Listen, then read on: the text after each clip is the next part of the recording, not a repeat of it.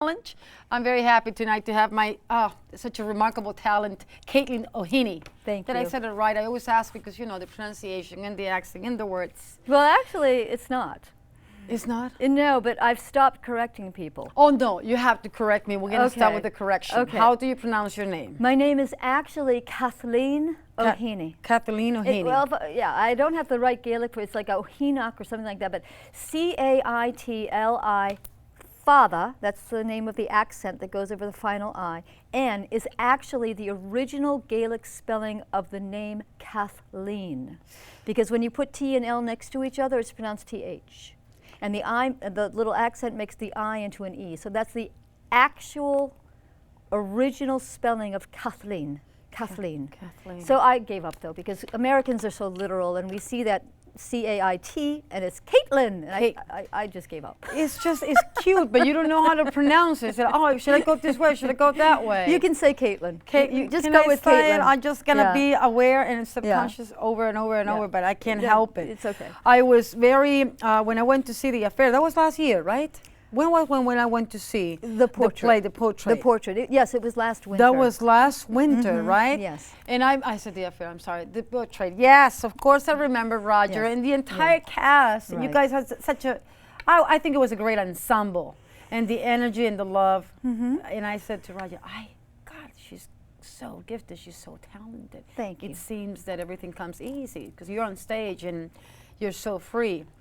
Well, can I say something to that? Yes. Everything comes back to the writing. Everything is writing. If you don't have the writing, then you don't have the timing, and you don't have it. But if you have the writing, you can just get on that train and ride it, and that's all it is. Yeah. And so when people say, "Oh my gosh, your timing! Oh my gosh, you're so wonderful," it's the writing. But it's you I'm too. just honoring the writer. I'm just getting on that train that writer has created, and I'm just going along for the ride. That's all I'm doing. I love it. And Sarah, she's so remarkable. She's so gifted and so. Sarah Levine Simon. Yes. Oh, and she's so humble. She's so down to earth. When I went to see the play, I said, "Oh, what an exquisite ensemble!" And Roger seems to have, obviously, he loves the craft and he loves his actors, but everything is like music together. But anyway, that's how you and me met. That's how we met. Yes. And we had an interview right after the show. And I said to myself, I want to bring her on the show. I want to sit down with this woman and thank God you're here. Thank you for making the time. No, thank you for inviting me. For us, it's a lot. I mean, I was reading, obviously, getting ready for the homework for the interview, and it's so much about you. Your work as American actress, TV, film, stage actress, and proud member of the Actors Equity and SAG, and on and on and on, the amount of credits, the amount of work, Juilliard. Let's go back to the beginning. Okay. And see if we can take it from there. All right. Okay. My birth, my conception. Well, you can just go back. I want to go back. When my parents met and they kind of were thinking about me. Do we have time? I wish we had time to cover all of it. But yeah, basically your acting choice, making that choice. Okay, I'm going to become. Okay, that's very simple. I'm going to become an actor. This is what I'm going to do. Okay, it's very simple actually. I had already discovered that I loved being on stage. And I wanted so badly to be so many things. I wanted to be a jockey, I wanted to be a ballerina, I wanted to be a concert pianist, I wanted to be a singer, and I had already discovered that being on stage was a lot of fun. And a friend of mine in high school, Candy Gauger, was extremely talented. She came rushing into our house one night and she was saying, "I just got accepted to Juilliard." Now, I had never heard of Juilliard in my life. I was putting mascara on to go out for a date, of course, and I knew that if she had gotten accepted, because she was phenomenally talented, that this was where I had to go. And without skipping a beat, I just said, this is where I'm going. And so then I began to do the paperwork and get the application forms and the whole thing, and I took a bus down to Chicago to the Jane Addams Hull House Theater, and they had asked for a Shakespearean monologue and a contemporary monologue. And I had never read Shakespeare in my life, and I looked at this iambic pentameter and I didn't even know what it was, and I looked at that language and I thought, oh my God, that's a lot of typos. And a lot of work. Here I am, I'm 17 years old, and as John Houseman and Michael Kahn told me later, I gave the worst audition they'd ever seen in their life. They were practically wetting their pants laughing at my Juilliard, as they should have been. And when I finished with the two auditions, they gathered their wits together and they said, wait. We want you to do 3 improvs. And I said, okay, and I kind of knew what an improv was. I wasn't quite sure, but I kind of thought, okay, I think I can do this. Cool. We want you to sing Happy Birthday in 3 different ways. Once to your newborn baby on their first birthday. The second to someone that you love dearly that's dying and doesn't know it, but you do. And the third as a demonstration. And I said, well, demonstration, because this was, the 69? Right. Yeah, something like that. We were demonstrating. I said, well, what do you mean? Do you want me to demonstrate as how to sing it? Or right. Or how and they said, you choose. So anyway, I did it, and at the end, I chose to march around the stage, happy birthday as if I'm demonstrating. Smart choice, yes. But when I finished, they later told me that I had raw talent, and that's why I got accepted to Juilliard. And I was really lucky because they gave me a scholarship, because I couldn't have gone otherwise. Right. And you got a full scholarship. I got a full scholarship in the 3rd year. In the first few years, it was a 3/4, and then they increased it. Okay. Yeah. And John was my biggest fan, and I owe everything to John and to my algebra high school teacher. I can't leave out Mr. Heiken. Okay. Because he came up to me in the hallways of my high school after school one day, and he said, I saw you in the school play, and I think you're really talented, and I heard you're going to apply to Juilliard. I know Juilliard doesn't care about your grades. They only care that you have a diploma, and you have flunked every single test this year, because math, oh my God. Oh God, what a nightmare. English, I'm A, biology, I'm A, math, Yeah. So he said, I'm going to give you a D-, so that you get a high school diploma. And then years later, when I was on Tales of the Gold Monkey, right? Yes. I came out onto the set to say hello to all the guest stars for that week. And I walked up to this gentleman, hi, how are you, blah, blah, blah. I'm Caitlin, I play Sarah, and so welcome to the show. And he goes, yes, my name is Harold Heiken. I said, Harold Heiken? I said, now I may have this switched, so if they're listening to this, my apologies. But I said, my math teacher was Gerald Heiken, or maybe it was the other way around, I don't know. And he goes, yes, I know, that's my brother. I said, you've got to be kidding me. Small world. I said, I would not be standing here if he hadn't given me a D-. Right. It's incredible. Incredible. Yes. So that's kind of starting at the beginning. The Juilliard experience.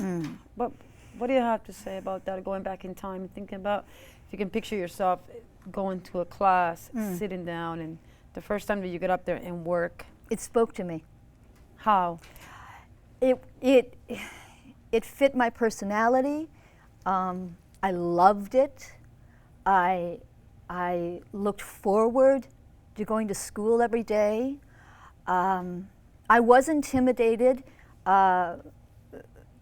in scene class. I know Michael Kahn was a little frustrated with me, as he should have been. But I didn't miss a class. Good for you. And I absolutely thrived on the experience. And John created such. Are you John cold? Houseman. Yes, No. I'm freezing. Actually. Oh, you want me to pass you a sweater? Well, it's Do all we right. have it? I Don't mean, worry about I it. don't Don't worry mind about if we it. can, Kelly, whenever you have a chance, doll. That's okay. I want my guests to be comfortable. It's all right. It's And okay. if you feel a little cold, no, Arthur, thank you, Arthur. Oh, Arthur, you're so sweet. No, Arthur, thank you, but we have a coat, and Kelly, you can go not in front of that camera, go Oh, you all know the what? way I have my around. jacket. I have she my got her jacket. jacket, and have my she's jacket. all the way in the back, Kelly.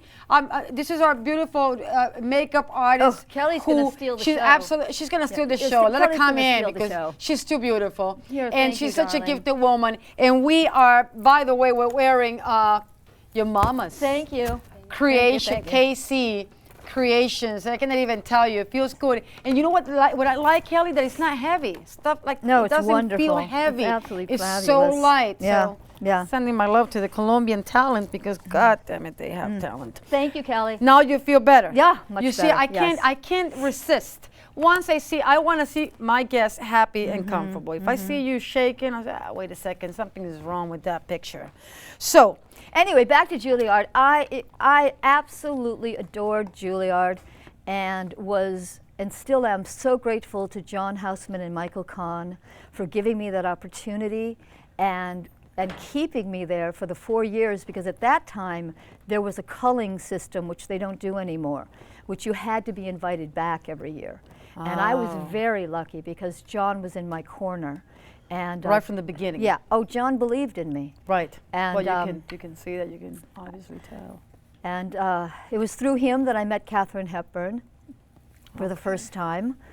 Oh, yes. Oh, yeah. I want to talk about that. Oh, that was amazing. I came out of dance class, and I never did laundry in those days, please. I was a young teenager. But everybody does laundry nowadays. Well, I do it now. Trust me, I do my laundry now. But I mean, I always wore these black knit pants and a black turtleneck sweater, and I had this black wool cape that I had sewed big red buttons on with a hood.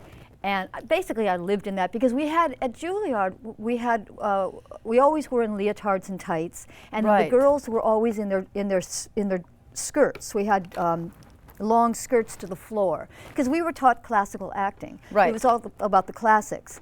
But we were all running around in our leotards and tights all the time, so my black outfit worked well. So anyway, but I never washed it, so it always stunk. So I came out of my dance class, and somebody from upstairs came down and they said, Margot wants to see you. And Margot Harley, who runs the acting company, she was John's assistant. And I thought, oh my God, what have I done? I'm in trouble. So I go upstairs, and they say, sit down on the couch. So I sit down on the couch, and Margot's very businesslike. She doesn't mince words. Oh, here's some cab fare. We're sending you over to Katherine Hepburn's house because she's looking for a younger her. So here's the cab fare and here's the address. Good luck. And I was like, what? And then they looked at me and they said, oh my God, are you all right? You've gone white. And I said, well, wait a minute, back up. I'm going to Katherine Hepburn's house? And they said, yes. I said, I stink. My God, I just got out of dance class. I look like crap. No, don't worry about it. Don't worry about that. Just go. So I did. So I went over to Turtle Bay, which is where Kate was living, in this beautiful townhouse, and I met her. And but what you? Wait a second. Now you see. Now I'm fat. Now you got me again. That's what you do. You know what you're doing. You're so good at it. You're so good at it. What?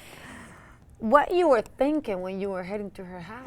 I was a complete wreck. All I kept thinking about was that I stunk. And that's all I kept thinking about was, oh my God, I'm meeting Katherine Hepburn and I haven't bathed and I haven't washed my clothes.